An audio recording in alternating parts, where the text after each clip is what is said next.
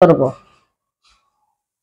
দেখলাম ওদের পরিবারের মধ্যে বাচ্চাটা যদি একটু কেউ 10টা টাকা যদি দিয়ে পাঠাইতো, যে এমনি না দিলাম নাই দিলাম, যে বছরের মাথা একটা যদি জামা কি একটা যদি একজোড়া জুতা কিনে দিত, তাহলে আমি মা হয়ে কিন্তু কষ্ট পাইতাম না।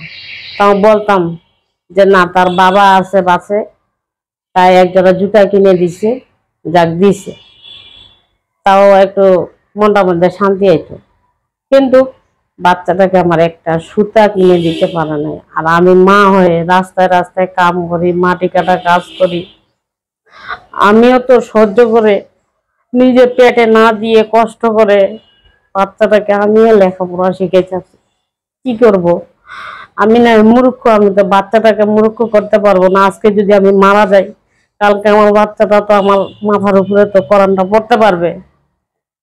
এই জন্য আমার এটা মনের মধ্যে দুঃখ, যে বাবা হয়ে যদি ও কষ্ট করে, তাহলে আমি কেমনে কিভাবে চালাচ্ছি? একটা পুরুষ হয়ে একটা সংসার চালাতে পারে না, আমি একটা নারী হয়ে খায় না খায় আমি একটা সংসার চালাচ্ছি।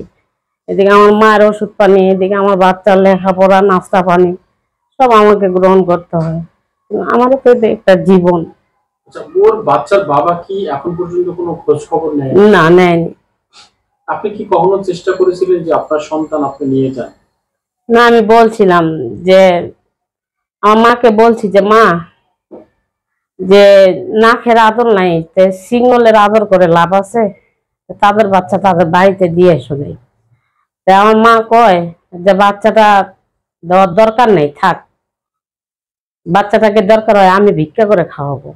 কে বলছে? আমার মা বলছে। বাহ, মাকে সেলুট জানানো উচিত। আমার মা বলছে যে দরকার হয় বাচ্চাটাকে আমি ভিক্ষা করে খাওয়াবো, ভিক্ষা করে লেখাপড়া শিখাবো। আমার মা দিয়েছে না, কয় কি না আমি দিব না। তা আমি তখন মা যখন যেখানে বলছে যে দরকার নেই, আমি ভিক্ষা করে খাওয়াবো, ভিক্ষা করে লেখাপড়া শিখাবো, তাও বাচ্চাটাকে আমি মানুষ করব। এই জন্য বাচ্চা আমার মাও দিয়েছিল, আমিও দিয়েছি। তখন বাচ্চাটাকে লাস্ট টাইমে যে মনে করেন যে ঢাকায় কতদিন কাজকর্ম করলাম, ঢাকা থেকে কাজকর্ম করে যাই, বাড়িতে করলাম। এখন তো মনে করেন দেশে তো ঝড় বৃষ্টি, কাজকর্ম সব বন্ধ। চিন্তা ভাবনা করতেছি যে ঢাকায় আছে কাজকর্ম, বাসা বাড়ি কাজকর্ম করে বাচ্চাটাকে লেখাপড়া শিখাবো। আর আমার মা আমার মা তো এখন মনে করেন কম হাঁটাচলা করতে পারে, এখন তো আমার মা তো ওরকম পারে না, তো আমাকে সবকিছু ব্যবস্থা করতে হবে।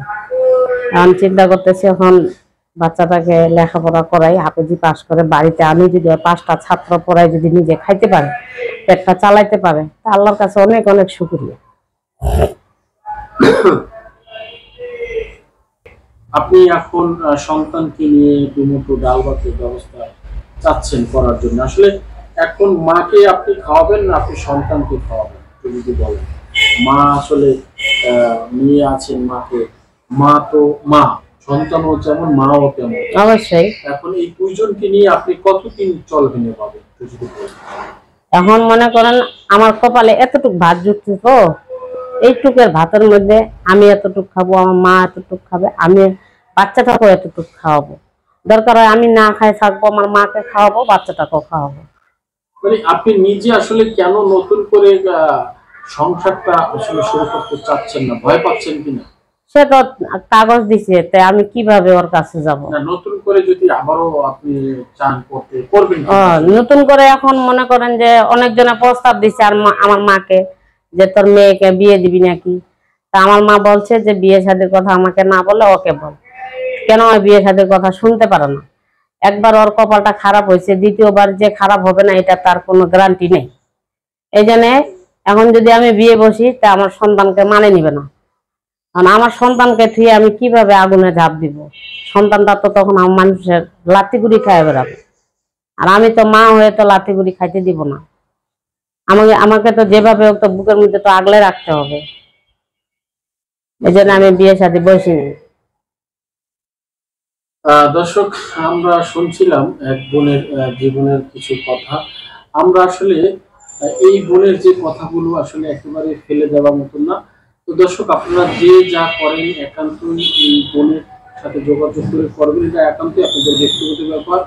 এখানে আসলে চ্যানেলের মতামতের কোনো প্রয়োজন নেই, তবে ভালোভাবে যাচাই করবেন এবং এই বোনের সাথে যোগাযোগ করতে চাইলে বোন আপনার সাথে